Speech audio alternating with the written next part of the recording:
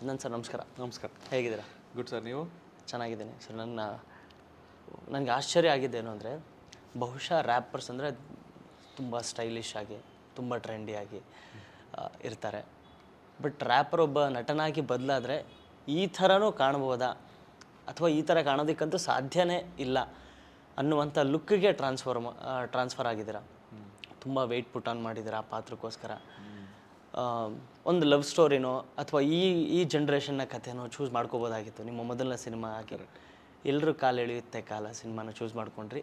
Reason ಏನು ಅಂತ ಹೇಳಿದ್ರೆ, ನನ್ನ ಕಂಫರ್ಟ್ ಝೋನಲ್ಲಿ ನಾವು ಯಾವತ್ತಿರ್ತೀವಿ ಅದು ನಮಗೆ ನ್ಯಾಚುರಲಿ ಸಕ್ಸಸ್ ಕೊಡ್ತಾ ಇರುತ್ತೆ. ಅಂದರೆ ನಾವು ಖುಷಿಯಾಗಿ ಇರ್ತೀವಿ, but it will be like comfort ಝೋನಲ್ಲೇ ಇರ್ತೀವಿ.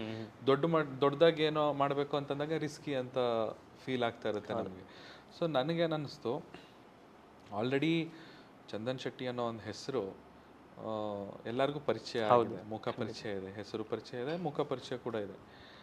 ಸೊ ಈತ ಒಬ್ಬ ಸಿಂಗರು, ಒಬ್ಬ ರ್ಯಾಪರು ಅನ್ನೋದು ಎಲ್ಲರೂ ನನ್ನ ಬಗ್ಗೆ ಇಟ್ಕೊಂಡಿರೋಂಥ ಒಂದು ಒಪಿನಿಯನ್ನು.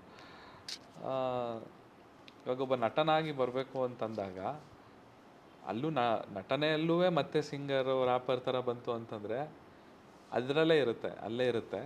ಸೊ ಒಬ್ಬ ನಟನಾಗಿ ನನ್ನ ಹೆಸರು ಎಲ್ಲರಿಗೂ ಪರಿಚಯ ಆಗಬೇಕು ಅಂತ ಹೇಳಿದ್ರೆ ಈ ರೀತಿಯಾದಂಥ ಒಂದು ಪಾತ್ರ ಮಾಡಿದ್ರೆ ಎಲ್ಲರ ಮನಸ್ಸಲ್ಲಿ ಉಳಿಯುತ್ತೆ. ಅಂದರೆ ಇವನು ರಿಸ್ಕ್ ತಗೊಂಡು ಮಾಡಿದ್ದಾನೆ ಇದೊಂದು ಪಾತ್ರನ ಅನ್ನೋ ಒಂದು ಅಂಶ ಇರುತ್ತೆ ಅನ್ನೋ ಒಂದು ಇದರಲ್ಲಿ ಸುಜಯ್ ಶಾಸ್ತ್ರಿ ಅವ್ರ ಕಥೆ ಹೇಳಿದಾಗ ನನಗೆ ತುಂಬ ಇಷ್ಟ ಆಯಿತು ಕತೆ.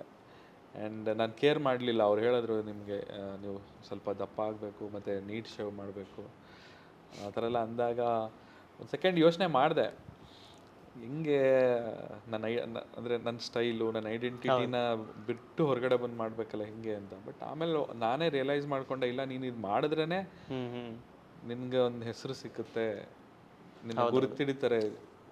ಇಲ್ಲ ಮಾಡ್ದ ಚಂದನ್ ಈ ಥರದ್ದೇನೋ ಒಂದು ಪ್ರಯತ್ನ ಮಾಡಿದ್ದ ಅನ್ನೋದಂತ ಒಂದು ಬರುತ್ತೆ ಅಂತ ಧೈರ್ಯ ಮಾಡಿದಂತ. ಎಸ್, ಅಂದರೆ ಮೊದಲನೇ ಸಿನಿಮಾಗೆ ಐ ಥಿಂಕ್ ನೀವು ಹೇಳಿದಾಗೆ ಈ ವೆಯ್ಟ್ ಪುಟ್ ಆನ್ ಆಗಿರ್ಬೋದು, ಪ್ಲಸ್ ನೀವು ಕೂಡ ಹೈಪರ್ ಆ್ಯಕ್ಟಿವ್. ರ್ಯಾಪರ್ಸ್ ಅಂದರೆ ಆ್ಯಕ್ಟಿವ್ ಆಗಿರುತ್ತೆ, ಸಖತ್ ಆ್ಯಕ್ಟಿವ್ ಇರ್ತಾರೆ ನೀವು ಯಾವಾಗಲೂ. ಬಟ್ ಇದರಲ್ಲಿ ತುಂಬ ಸೆಟಲ್ನೆಸ್ ಇರುತ್ತೆ, ತುಂಬ ಸೆಟಲ್ ಪರ್ಫಾರ್ಮೆನ್ಸ್ ಇರುತ್ತೆ. ಸೊ ಅದು ಪ್ರಿಪ್ರೇಷನ್ ಹೇಗಿತ್ತು ನಿಮಗೆ ಈ ಪಾತ್ರಕ್ಕೋಸ್ಕರ? ಹೆಂಗೆ ಅನ್ಸೋದು ನಿಮಗೆ ಪ್ರಿಪ್ರೇಷನ್? ನನಗೆ ಆ್ಯಕ್ಟಿಂಗಲ್ಲಿ ನನಗೆ ಆ್ಯಕ್ಚುಲಿ ಅಷ್ಟಾಗಿ ನನಗೆ ಅದ್ರ ಬಗ್ಗೆ ಐಡಿಯಾ ಇರಲಿಲ್ಲ. ಅಂದರೆ ನಾನು ಯಾವತ್ತೂ ಆ್ಯಕ್ಟಿಂಗ್ ಅನ್ನೋದನ್ನ ಮ್ಯೂಸಿಕ್ಕಿಗೆ ಆ್ಯಕ್ಟಿಂಗಿಗೆ ನಾನು ಯಾವತ್ತೂ ಸಂಬಂಧ ಇಡ್ತಾ ಇರಲಿಲ್ಲ. It's two different thing. Musician, ಒಬ್ಬ ಮ್ಯೂಸಿಕ್ ಮಾಡೋರು ಒಂದು ರೂಮ್ ಒಳಗಡೆ ಕೂತ್ಕೊಂಡು ಅವ್ರದ್ದೇ ಆದಂಥ ಒಂದು ಆ್ಯಂಬಿಯನ್ಸ್ನ ಕ್ರಿಯೇಟ್ ಮಾಡಿ ಅವರ ಒಂದು ಮೂಡಲ್ಲಿ ಮ್ಯೂಸಿಕ್ನ ಕ್ರಿಯೇಟ್ ಮಾಡ್ತಾರೆ. ಆ್ಯಕ್ಟಿಂಗ್ ಅನ್ನೋದು ಆ ರೀತಿ ಅಲ್ಲ, ಅದು ಔಟ್ಡೋರ್ ಇರುತ್ತೆ, ಜನಗಳ ಮಧ್ಯದಲ್ಲಿ ಎಲ್ಲರೂ ನೋಡ್ತಿರ್ಬೇಕಾದ್ರೆ ಮಾಡುವಂಥ ಒಂದು ಕಾರ್ಯ ಅದು. So it's a two different thing. So ನಾನು ಬರೀ ಮ್ಯೂಸಿಕಲ್ಲೇ ಇದ್ದೆ. ಆ್ಯಕ್ಟಿಂಗ್ನ ನಾನು ತುಂಬ ರೆಸ್ಪೆಕ್ಟ್ ಮಾಡ್ತಿದ್ದೀನಿ, ಇವಾಗಲೂ ತುಂಬ ರೆಸ್ಪೆಕ್ಟ್ ಮಾಡ್ತೀನಿ. ಅದೊಂಥರ ಗಾಡ್ ಲೆವೆಲ್ ಅದು ಕಲೆ. ಅದು ಒಬ್ಬ ನಟನಿಗೆ ಸಾವಿರಾರು ಜನಗಳನ್ನ ಚೇಂಜ್ ಮಾಡುವಂತಹ ಕೆಪಾಸಿಟಿ ಇರುತ್ತೆ. ಅವನ ನಟನೆಯ ಮುಖಾಂತರ ಲಕ್ಷಾಂತರ ಜನ, ಕೋಟ್ಯಾಂತರ ಜನನ ಸೆಳೆಯುವಂಥ ಒಂದು ಡಿವೋಟಿ ಆಗಿಬಿಡ್ತಾರೆ, ದೇವರು ಅಂತ ನಂಬಿಡ್ತಾರೆ ಆ್ಯಕ್ಟರ್ನ. ಸೊ ಆ ರೀತಿಯಾದಂಥ ಒಂದು ಶಕ್ತಿ ಇರುವಂಥ ಒಂದು ಕಲೆ ಅದು. ಸೊ ಅದಕ್ಕೆ ನಾನು ತುಂಬ ರೆಸ್ಪೆಕ್ಟ್ ಮಾಡ್ತಿದ್ದೆ. ಆ್ಯಂಡ್ ನನಗೆ ಈ ಒಂದು ಆಪರ್ಚುನಿಟಿ ಬಂದಾಗ ನನಗೆ ಓಕೆ, ಇದ್ರಲ್ಲಿ ರಿಯಲಾಗಿ ಆ್ಯಕ್ಟ್ ಮಾಡ್ಬೇಕು, ನಾನು ಅಲ್ಲದನ್ನು ನಾನು ಮಾಡಬೇಕು. ಸೊ ಅವಾಗ ಅದು ಆ್ಯಕ್ಟಿಂಗ್ ಅಂತ ಅನ್ಸ್ಕೊಳ್ಳುತ್ತೆ. ಇವಾಗ ನಾನು ಇರೋದನ್ನೇ ನಾನು ಮಾಡಿದ್ರೆ, ಇವಾಗ ನಾನೊಂದು ಮೈಕ್ ಇಟ್ಕೊಂಡು ಹಾಡು ಸ್ಟೇಜ್ ಮೇಲೆ ಆಡೋದ್ರೆ ನಾನು ಹಾಡ್ತೀನಿ. ಅದು ನಾನು ಯೂಶ್ವಲಿ ನನ್ನ ಮೈಕ್ ಸ್ಟೇಜ್ ಮೇಲೆ ಎವ್ರಿಡೇ ನಾನು ಮಾಡೋಂಥ ಕೆಲಸನೇ ಅದು. ಸೊ ಆ್ಯಕ್ಟಿಂಗ್ ನಮ್ಮಲ್ಲಿ ಬಂದಾಗ ಪ್ರಿಪ್ರೇಷನ್, ಇವಾಗ ಸುಜಯ್ ಶಾಸ್ತ್ರಿ ಅವರು ಕರ್ಕೊಂಬಂದು ಇದು ಆ್ಯಕ್ಚುಲಿ ಇಲ್ಲೇ ಸ್ಟಾರ್ಟ್ ಆಗಿದ್ದು, ಈ ಜಾಗದಲ್ಲಿ ನಾವು ಕೂತ್ಕೊಂಡಿದ್ದೀವಲ್ಲ ಈ ಜಾಗದಲ್ಲೇ ಸ್ಟಾರ್ಟ್ ಆಗಿದ್ದು ಈ ಸಿನಿಮಾ ರಿಹರ್ಸಲ್ಲು. ಇಲ್ಲೇ ಪ್ರತಿಯೊಂದು ಸೀನು ಎನ್ಯಾಕ್ಟ್ ಮಾಡಿದ್ದೀವಿ, ಇಲ್ಲಿ ಅವ್ರು ಡೈರೆಕ್ಟ್ ಮಾಡಿದ್ದಾರೆ. ಈ ರೂಮಲ್ಲಿ ನಾನು ಏನು ಶೂಟಿಂಗ್ ಸ್ಪಾಟಲ್ಲಿ ಏನು ಮಾಡ್ತೀವಿ ಅದೆಲ್ಲ ಇಲ್ಲೇ ಮುಂಚೆನೇ ನಮಗೆ ಮಾಡಿಸಿದ್ದಾರೆ. ಫಸ್ಟ್ ಬೇಸಿಕ್ಕಿಂದ ಸ್ಟಾರ್ಟ್ ಮಾಡಿದ್ರು. ಲೈಕ್ ಈ ಸ್ಕೂಲಲ್ಲಿ ಹೇಳ್ಕೊಡ್ತಾರಲ್ಲ ಆ ರೀತಿ ಆ್ಯಕ್ಟಿಂಗಲ್ಲಿ ಏನಂತ ಹೇಳಿದ್ರೆ ಅಳಬೇಕು, ನಗಬೇಕು, ಕೋಪ ಮಾಡ್ಕೋಬೇಕು, ಎಷ್ಟೊಂದು ಭಾವನೆಗಳಿದೆ, ಅದನ್ನೆಲ್ಲ ಆ್ಯಕ್ಟ್ ಮಾಡಬೇಕು. ಅದೆಲ್ಲ ಬೇಸ್ ಅದು. So from there it started. ಅಳು ಅಂತಂದರು, ಅಳಕ್ಕೆ ಸ್ಟಾರ್ಟ್ ಮಾಡಿದೆ ಸುಮ್ಮನೆ. ಕೋಪ ಮಾಡ್ಕೊಳ್ಳಿ ಅಂದರು, ಕೋಪ ಮಾಡ್ಕೊಂಡೆ. ಹುಚ್ಚಂತರ ಆಡು ಅಂತಂದು ಹುಚ್ಚಂತರ ಆಡಿದೆ. ಸೊ ಆಮೇಲೆ then he got to know, okay, he gain confidence. ವರ್ಕ್ಶಾಪಲ್ಲಿ ಅವ್ರಿಗೆ ಕಾನ್ಫಿಡೆನ್ಸ್ ಬಂತು, ಇಲ್ಲ ಇವ್ರ ಹತ್ರ ಆ್ಯಕ್ಟಿಂಗ್ ತೆಗಿಸ್ಬೋದು ನಾನು ಅಂತ. So that was the main reason. ಆಮೇಲೆ ನಾನು ಹೇಳಿದೆ, ಸರ್ ನೀವು ನನ್ನ ಚೂಸ್ ಮಾಡ್ಕೊಂಡಿದ್ದೀರಾ, ನಾನು ಆ್ಯಕ್ಟ್ ಮಾಡಬಲ್ಲೆ ಅಂತ ನಿಮ್ಗೆ ಅನಿಸಿದೆ, ಬಟ್ ಸ್ಟಿಲ್ ನನ್ನ ಒಂದ್ಸಲ ಟ್ರಯಲ್ ನೋಡಿ, ನಾನು ಮಾಡಬಲ್ಲ. ನಾನು ಕೇಳಿದೆ, ನಾನು ಪಾತ್ರ ಕೆಡಬಾರ್ದು, ಅದು ಯಾಕಂದ್ರೆ ನೀವು ತುಂಬ ಚೆನ್ನಾಗಿದೆ ಕತೆ, ಅದನ್ನು ನಾನು ನಿರ್ವಹಿಸಬಲ್ಲೆನ ಅಂತ ನೀವು ನೋಡ್ಕೊಂಡು, ಚಂದನ್ ಶೆಟ್ಟಿ ಅನ್ನೋ ಹೆಸರಿಗೋಸ್ಕರ ಅಂತ ದಯವಿಟ್ಟು ಮಾಡಬೇಡಿ, ಯಾಕಂದರೆ ಆ ಪಾತ್ರ ತುಂಬ ಇಂಪಾರ್ಟೆಂಟ್ ಇದೆ ಸಿನಿಮಾದಲ್ಲಿ, ಕತೆ ತುಂಬ ಡಿಮ್ಯಾಂಡ್ ಮಾಡುತ್ತೆ. ನೀವು ನೋಡಿ, ನಾನು ಆ್ಯಕ್ಟ್ ಮಾಡಿ ತೋರಿಸ್ತೀನಿ ನಿಮಗೆ, ನನಗೆ ಬಂದರೆ ನೀವು ಚೂಸ್ ಮಾಡ್ಕೊಳ್ಳಿ ಅಂತ. ದೆನ್ ವರ್ಕ್ಶಾಪಲ್ಲಿ I did and he was very much impressed. ಇಲ್ಲ ಮಾಡೋಣ, ನೀವು ಮಾಡ್ತಾ ಇದ್ದೀರಾ, ನನಗೆ ಗೊತ್ತು, ನಾನು ತೆಗಿಸ್ತೀನಿ ಬನ್ನಿ. ಸೊ ಅದೇ ರೀತಿ ಆಲ್ಮೋಸ್ಟ್ ಇಡೀ ಒಂದು 50-60 ಭಾಗ ಸಿನಿಮಾನ ನಾವು ರಿಹರ್ಸಲ್ ಮಾಡಿಬಿಟ್ಟಿದ್ವಿ ಮುಂಚೆ ರಿಹರ್ಸಲ್ ಮಾಡಿ ಅಲ್ಲಿ ಶೂಟಿಂಗ್ ಸ್ಪಾಟಲ್ಲೆಲ್ಲ. ಸೊ ನಮ್ಗೆ ಈಸಿ ಆಗೋಯ್ತು, ಎಲ್ಲ ಒಂದೊಂದೇ ಟೇಕಲ್ಲಿ ಎಲ್ಲ ಓಕೆ ಆಗ್ತಾ ಇತ್ತು. So nice sir. ಅಂದರೆ ನೀವು ಹೇಳಿದ್ರಿ, ಅಂದರೆ ಪಾತ್ರಕ್ಕೋಸ್ಕರ ಬದಲಾವಣೆ, ಟ್ರಾನ್ಸ್ಫಾರ್ಮೇಷನ್, ಲುಕ್ ಚೇಂಜ್ ಮಾಡಿದ್ರಿ, ಅದೆಲ್ಲವೂ ನಿಮ್ಮ ಒಂದು ಅದು ನಿಮ್ಮ ಡೆಡಿಕೇಶನ್ ಆದರೆ, ಬಟ್ ಆಡಿಯನ್ಸ್ ಅದಕ್ಕೂ ಕೂಡ ಮೆಚ್ಚುಗೆ ವ್ಯಕ್ತಪಡಿಸ್ತಾರೆ. ಬಟ್ ಅದಕ್ಕೂ ಹೊರತಾಗಿ ಸಿನಿಮಾ ನೋಡಬೇಕಾದ್ರೆ ಕೆಲವೊಂದಿಷ್ಟು ಎಮೋಷನ್ಸ್ ಅಥವಾ ಅವ್ರಿಗೆ ಟೇಕ್ ಅವೇ ಅಂತ ಒಂದಿರುತ್ತೆ. ಆ ಆಸ್ಪೆಕ್ಟಲ್ಲಿ ನೋಡೋದಾದರೆ ಈ ಸಿನಿಮಾ ಆಡಿಯನ್ಸ್ಗೆ ಏನೇನು ಹೇಳುತ್ತೆ ಅನಿಸುತ್ತೆ?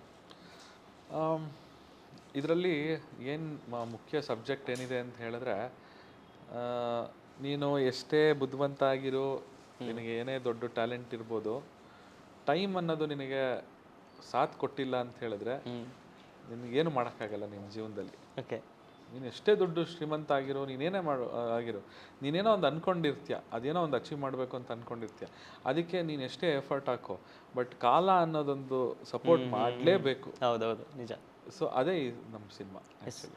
ಸರ್, ನಿಮಗೆ ಈಗ ಈ ಟೈಟ್ಲ್ ಹೇಳೋದಾದರೆ ಎಲ್ರ ಕಾಲ ಎಳೆಯುತ್ತೆ ಕಾಲ ಅಂತ, ನಿಮ್ಮ ಲೈಫಲ್ಲಿ ನಡೆದಂಥ 2 ಇನ್ಸಿಡೆಂಟ್ಗಳು, ಕಾಲ ಟೈಮ್ ಕೈ ಕೊಡ್ತು ಅಥವಾ ಕಾಲ ಎಳೀತು ಅನ್ನುವಂಥ ಮೂಮೆಂಟ್ಸ್ಗಳೇನಾದರೂ ಇದ್ದರೆ ಯಾವ? ಒಂದು ಚಿಕ್ಕ ವಯಸ್ಸಲ್ಲಿ ಯಾವುದಾದ್ರೂ ಒಂದು ಫನ್ ಇದ್ರೂ ಹೇಳ್ಬೋದು, ಇವಾಗಿಂದ ಯಾವುದಾದ್ರೂ ಮೂಮೆಂಟ್ ಯಾವುದಾದ್ರೂ ಅನಿಸಿದ್ರೆ ಹೇಳ್ಬೋದು. ಇಲ್ಲ, ತುಂಬ ಕಾಲ ಎಳೆದಿದೆ ಅಲ್ವಾ, ಅಂದರೆ ಸೀರಿಯಸ್ ಆಗೇನೆ, ಅಂದರೆ ಫನ್ ಮಾಮೂಲಿ ಬಿಡಿ, ಅದು ನಾರ್ಮಲ್ ಆಗಿರುತ್ತೆ. ಬಟ್ ನಾವು ಅಂದ್ಕೊಂಡೇ ಇರಲಿಲ್ಲ ನಮಗೆ. ಸೊ ನಾವು ನಮ್ಮ ಪೇರೆಂಟ್ಸ್ ಎಲ್ಲ ತುಂಬ ಚೆನ್ನಾಗಿ ಇದ್ದ ಟೈಮೆಲ್ಲ ನಮ್ಮ ಊರಲ್ಲಿ ಸಕಲೇಶ್ಪುರದಲ್ಲಿ ಸ್ವಂತ ಮನೆ, ನಮ್ಮ ಅಪ್ಪಂದು ಅಂಗಡಿ, ಬಿಸ್ನೆಸ್ಸು ಎಲ್ಲ ತುಂಬ ಚೆನ್ನಾಗಿತ್ತು. ಸಡನ್ಲಿ ಲೈಫ್ ಟ್ವಿಸ್ಟ್ ಆಗಿಬಿಡುತ್ತೆ. So we lost everything, zero, like completely. ಅಂಗಡಿ, ಮನೆ, everything we sold and literally bank balance became zero ಅಪ್ಪಂದು. ಅವಾಗಿನ್ನೂ ಓದ್ತಾ ಇದ್ದೆ ನಾನು, ಫೈನಲ್ ಇಯರಲ್ಲಿ ಓದ್ತಾ ಇದ್ದೆ ನಾನು ಆ ಟೈಮಲ್ಲಿ. ಸೊ ಆ ರೀತಿಯಾದಂಥ ನಾವು ಯಾವತ್ತೂ ಜೀವನದಲ್ಲಿ ಅಂದ್ಕೊಂಡೇ ಇರಲಿಲ್ಲ ನಾವು ಈ ಥರ ಪರಿಸ್ಥಿತಿ ಶಿಫ್ಟ್ ಆಗುತ್ತೆ, ಆ ಥರ ಪರಿಸ್ಥಿತಿ ಬರುತ್ತೆ ನಮಗೆ. ಚೆನ್ನಾಗಿ ಅವರು ಸಡನ್ನಾಗಿ ಏನೂ ಇಲ್ದಂಗೆ ಆಗೋದು ಇದೆಯಲ್ಲ. ಸೊ ಅದು ಆಮೇಲೆ ಅದಾದಮೇಲೆ ಇವಾಗ ನಾನು ಮತ್ತೆ ಅದನ್ನೆಲ್ಲ ಹೋಗಿದ್ನ ಕಳ್ಕೊಂಡಿದ್ನೆಲ್ಲ ಮತ್ತೆ ವಾಪಸ್ ದುಡಿತಾ ಇದೆ. ಸೊ ದಿಸ್ ಲೈಕ್ ಸೈಕಲ್ ಥರ. ಬಟ್ ಎಸ್ಪೆಷಲಿ ಈಗ ಸಿನಿಮಾ ರಂಗದಲ್ಲಿ ಅಂತಿರ್ತಾರೆ, ಮ್ಯೂಸಿಕ್ ಆಗಿರ್ಬೋದು, ನೀವು ರ್ಯಾಪರ್ ಆಗಿರ್ಬೋದು, ಸಿನಿಮಾ ರಂಗದಲ್ಲಿ ನಟರಾಗಿರ್ಬೋದು, ಎಲ್ಲರೂ ಹೇಳ್ತಿರ್ತಾರೆ ಎಲ್ಲವೂ ಕರೆಕ್ಟಾಗಿದ್ದರೂ ಕೂಡ ಟೈಮ್ ಅನ್ನೋದು ತುಂಬಾ ನಮಗೆ ಪೇಷನ್ಸ್ ಚೆಕ್ ಮಾಡ್ತಾ ಇರುತ್ತೆ ಸಿನಿಮಾ ರಂಗದಲ್ಲಿ ಅಂತ. ನಿಮಗೆ ಫಸ್ಟ್ ಆಪರ್ಚುನಿಟಿ, ಬೀಟ್ ಮ್ಯೂಸಿಕ್ ಮಾಡೋದಾಗಿರ್ಬೋದು, ರ್ಯಾಪ್ ಮಾಡೋದಾಗಿರ್ಬೋದು, ಅಥವಾ ಸಿನಿಮಾದಲ್ಲಿ ಆ್ಯಕ್ಟ್ ಮಾಡೋದಾಗಿರ್ಬೋದು, ಫಸ್ಟ್ ಆಪರ್ಚುನಿಟಿಗೋಸ್ಕರ ಯಾವಾಗ ಅಂದ್ಕೊಂಡಿರ್ತಾರೆ ತುಂಬ ಬೇಗ ಆಗುತ್ತೆ ಅಂದ್ಕೊಂಡಿರ್ತೀರ, ಬಟ್ ಅದು ಆಗಿರಲ್ಲ. ಆ ಥರದ ಮೂಮೆಂಟಲ್ಲಿ ಹೆಂಗೆ ಕನೆಕ್ಟ್ ಆಗುತ್ತೆ ನಿಮಗೆ ಟೈಮ್ ಅನ್ನೋದು? ಇಲ್ಲ, ಟೈಮು ಅನ್ನೋದು ನನಗೆ ಒಂದೊಂದ್ಸಲ ನಾವು ಅಂದ್ಕೊಂಡಿರ್ತೀವಿ ಇದು ಸೂಪರ್ ಹಿಟ್ ಆಗುತ್ತೆ ಅಂತ, ಅದು ನೋಡಿದ್ರೆ ಫ್ಲಾಪ್ ಆಗಿಬಿಟ್ಟಿರುತ್ತೆ. ಕೆಲವೊಂದು ಇದು ಚಾನ್ಸೇ ಇಲ್ಲ ಇದು ಓಡೋಕ್ಕೆ ಅಂತ ಅಂದ್ಕೊಂಡಿರ್ಬಿಟ್ಟು ಅದೇ ಸೂಪರ್ ಡೂಪರ್ ಹಿಟ್ ಆಗೋಗಿರುತ್ತೆ. ಸೊ ನೀವು ಯಾವುದೇ ಕಾರಣಕ್ಕೂ ಪ್ರೆಡಿಕ್ಟ್ ಮಾಡೋಕ್ಕೆ ಸಾಧ್ಯನೇ ಇಲ್ಲ. ಸೊ ಆ ಟೈಮ್ ಅದೇ ಹುಡ್ಕೊಂಡು ನಿಮ್ಮ ಹತ್ರ ಬರಬೇಕು. ನೀವು ಯಾವುದೇ ಕಾರಣಕ್ಕೂ ಚೇಸ್ ಮಾಡ್ಕೊಂಡು ಹೋಗೋಕ್ಕಾಗಲ್ಲ. ನೀವು ಸಕ್ಸಸ್ ಬೇಕು ಅಂತಂದರೆ ನೀವು ಕೆಲಸ ಮಾಡ್ಬೋದು ಅಷ್ಟೇ. ಹೌದು, ಆ ಸಕ್ಸಸ್ ತಂದು ಕೊಡೋದು ಟೈಮ್ ಅಷ್ಟೇ. ಎಸ್. ಸೊ ಈ ಸಿನಿಮಾದಲ್ಲಿ ಐ ಥಿಂಕ್ ಫಸ್ಟ್ ಹಾಫ್ ಎಲ್ಲ ಒಂಥರ ಟ್ರೈಲರಲ್ಲಿ ನೋಡೋದಾದರೆ ಟ್ರೈಲರಲ್ಲೂ 2 ಪಾರ್ಟ್ ಅನಿಸುತ್ತೆ. ಫಸ್ಟ್ ಹಾಫಲ್ಲಿ ಒಂದು ಕಾಮಿಕಲ್ಲಾಗಿ ನಡೆಯುತ್ತೆ, ಸೆಕೆಂಡ್ ಹಾಫಲ್ಲಿ ಏನೋ ಒಂದು ಸಸ್ಪೆನ್ಸ್ ಎಲಿಮೆಂಟ್ ಇದೆ, ಥ್ರಿಲ್ಲರ್ ಎಲಿಮೆಂಟ್ ಇದೆ. ಐ ಥಿಂಕ್ ಝೋನರ್ ಶಿಫ್ಟ್ ಇದೆ ಸಿನಿಮಾದಲ್ಲಿ. ಇಲ್ಲ, ಇದು ಪಾತ್ರನೂ ಹಾಗೆ ಇರುತ್ತಾ? ಫಸ್ಟ್ ಹಾಫ್ ಇಲ್ಲ, ಫಸ್ಟ್ ಹಾಫ್ ಸೆಕೆಂಡ್ ಹಾಫ್ ಅಂತ ಏನಿಲ್ಲ. ನೀವು ಸಿನಿಮಾ ಸ್ಟಾರ್ಟಿಂಗಿಂದನೇ ನೋಡ್ಕೊಂಬಂದರೆ ನಿಮ್ಗೆ ಅದು ಥ್ರಿಲ್ಲೇ ಬೇರೆ ಥರ ಇರುತ್ತೆ. ಅದು ತುಂಬ ಚೆನ್ನಾಗಿ ಮಾಡಿದ್ದಾರೆ. ನನ್ನ ಕ್ಯಾರೆಕ್ಟರ್ ಮೇಲೆ ಅನುಮಾನಗಳು ಬರ್ತಾ ಇರುತ್ತೆ. ನೀವು ಟ್ರೈಲರ್ ನೋಡಿದ್ರೆ ಗೊತ್ತಾಗುತ್ತೆ ನಿಮಗೆ, ಕಾಮಿಡಿ ಥರ ಇರುತ್ತೆ, ಸಡನ್ ಆಗಿ ಇವ್ನು ಯಾರು ಏನೋ ಇದೆಯಲ್ಲ ಇದರಲ್ಲಿ ಒಂದೇನೋ ಇರಬೇಕು ಸಸ್ಪೆನ್ಸು ಅಂತ. ನೀವೇನು ಗೆಸ್ ಮಾಡಿದ್ರಿ? ನನಗೆ ಫಸ್ಟ್ ಹಾಫ್ ಎಲ್ಲ ಅದು ನಿಮಗೆ ಬೆಂಗಳೂರಿಗೆ ಹೋಗೋದು ಏನಕ್ಕೆ ರೀಸನ್ ಅಂತ ಗೊತ್ತಾಗ್ತಿಲ್ಲ ನನಗೆ. ಪ್ರತಿ ಸಲ ಸಿನಿಮಾದಲ್ಲಿ ಬೆಂಗಳೂರಿಗೆ ಹೋಗಬೇಕು ಅಂತಿರ್ತಾರೆ. ಏನಕ್ಕೆ, ಏನು ರೀಸನ್ ಇದು? ಅಲ್ಲಿಗೆ ಹೋಗೋದ್ರಿಂದ ಏನಾಗುತ್ತೆ, ಯಾಕೆ ಇಲ್ಲಿ ಊರಲ್ಲಿ ಇರಲ್ಲ? ಆ ಊರಲ್ಲಿದ್ದರೆ ಏನೋ ಅಂತಾರಲ್ಲ, ಟೀಸರಲ್ಲಿ ಇದೆಯಲ್ಲ, ಇದು ನೋಡು ಊರ ಹೆಸರು, ಅಲ್ಲಿ ಆಗುವಂಥ ಸ್ಟ್ರಗಲ್, ನಿಮ್ಗೆ ಆಗುವಂಥ ತೊಂದರೆ, ಕರೆಕ್ಟ್, ಅದೆಲ್ಲ ತುಂಬ ಕಾಮಿಕಲ್ ಆಗಿದೆ. ಬಟ್ ಸೆಕೆಂಡ್ ಹಾಫ್ ಏನೋ ಬೇರೆ ಥರದ್ದೇ ಹೌದು ಶೇಡ್ ಓಪನ್ ಆಗುತ್ತೆ ಅನ್ಸುತ್ತೆ. Very true. ಅದು ನಾವು ಏನು I don't want to reveal anything. ಅದೇ ತುಂಬ ಚೆನ್ನಾಗಿರೋಂಥ ಪ್ಲಾಟು ಸಿನಿಮಾದಲ್ಲಿ. ಅಂದರೆ ಆ ಕತೆ ಮಜಾನೇ ಆ ರೀತಿ ಇದೆ ಅದು. ಸೊ ರಾಜ್ಗುರು ಅವರು ಅದೇ ಹೇಗೆ ಅದನ್ನು ಯೋಚನೆ ಮಾಡಿದ್ರೂ ಗೊತ್ತಿಲ್ಲ, ತುಂಬ ಚೆನ್ನಾಗಿ ಅದ್ರ ಬಗ್ಗೆ ರಿಸರ್ಚ್ ಮಾಡಿ ಒಂದು ಚಿಕ್ಕದಾಗಿ ಕತೆ ಮಾಡ್ಕೊಂಡಿದ್ರು. ಸೊ ಅದ್ರ ಬಗ್ಗೆ ನಾನು ಕೇಳಿದೆ ಅವ್ರಿಗೆ, ಇದು ನಿಜವಾಗ್ಲೂ ಈ ಥರ ಇದೆಯಾ ಅಂತ. ಅದೇನು ಅಂತ ಹೇಳಕ್ ಹೋಗಲ್ಲ, ನಿಜವಾಗ್ಲೂ ಇದೆಯಾ ಅಂತ. ಇಲ್ಲ ಸರ್, ಈ ಥರ ಇದೆ, ಬೇಕಾದ್ರೆ ನೋಡಿ ಗೂಗಲಲ್ಲಿ ಚೆಕ್ ಮಾಡೋಣ ಅಂತ ಅಂದ್ಬಿಟ್ಟು ಗೂಗಲಲ್ಲಿ ಚೆಕ್ ಮಾಡಿದಾಗ ಕೆಲವೊಂದು ಪ್ರದೇಶಗಳಲ್ಲಿ ನಿಮಗೆ ಮ್ಯಾಗ್ನೆಟಿಕ್ ಫೀಲ್ಡ್ ಕಮ್ಮಿ ಇರುತ್ತೆ, ಗುರುತ್ವಾಕರ್ಷಣೆ ಕಮ್ಮಿ ಇರುತ್ತೆ, ಆಮೇಲೆ ನೀರು ರಿವರ್ಸ್ ಆಗಿ ಹರಿತಾ ಇರುತ್ತೆ. ಸೊ ಇದೆಲ್ಲ ಪ್ರಕೃತಿಯಲ್ಲಿ ಕೆಲವೊಂದು ವಿಸ್ಮಯಗಳಿದೆ, ಆಯ್ತಾ. ಆ ವಿಸ್ಮಯ ಈ ಸಿನಿಮಾದಲ್ಲೂ ಒಂದಿದೆ. ಆ ರೀತಿಯಾದಂಥ ಒಂದೇನೋ ಒಂದು ಎಳೆ ಇದೆ. ಸೊ ಆ ಒಂದು ಪರ್ಟಿಕ್ಯುಲರ್ ಎಳೆನೇ ನನಗೆ ಈ ಸಿನಿಮಾನ ಅಟ್ರಾಕ್ಟ್ ಮಾಡಿದ್ದು, ಈ ಸಿನಿಮಾ ಮಾಡಬೇಕು ಅಂತ. ಎಸ್, ಸಿನಿಮಾದಲ್ಲಿ ಐ ಥಿಂಕ್ ತುಂಬ ದೊಡ್ಡ ತಾರಾಗಣ ಇದೆ. ತಾರಾ ಮೇಡಮ್ ಇದ್ದಾರೆ. ಐ ಥಿಂಕ್ ಅವ್ರ ಪಾತ್ರ ತುಂಬ ಏನೋ ಟ್ವಿಸ್ಟ್ ಕೊಡುವಂಥ ಪಾತ್ರನ ಹೇಗಿರುತ್ತೆ, ಅವ್ರ ಜೊತೆ ಆ್ಯಕ್ಟ್ ಮಾಡಿದ್ದು ಹೆಂಗಿತ್ತು? ತಾರಮ್ಮ ಮಾತ್ರ ಅವರು ಯಾವ ವೇಷ ಹಾಕ್ತಾರೆ ಅವ್ರು ಹಂಗೆ ಆಗ್ಬಿಡ್ತಾರೆ ಅವರು. ನಮ್ದ್ರಲ್ಲಿ ನೋಡಿದ್ದಾರೆ ಜ್ಯೋತಿಷಿ ಆ ಥರದ್ದ. ಸೊ ಸ್ವಲ್ಪ ಆ ಥರ ಒಂಥರ ಸ್ಪಿರಿಚುವಲ್ ಪರ್ಸನ್ ಥರ ಅಲ್ಲಿ ನೋಡಿದ್ರೆ ಕಾಣಿಸ್ತಾರೆ.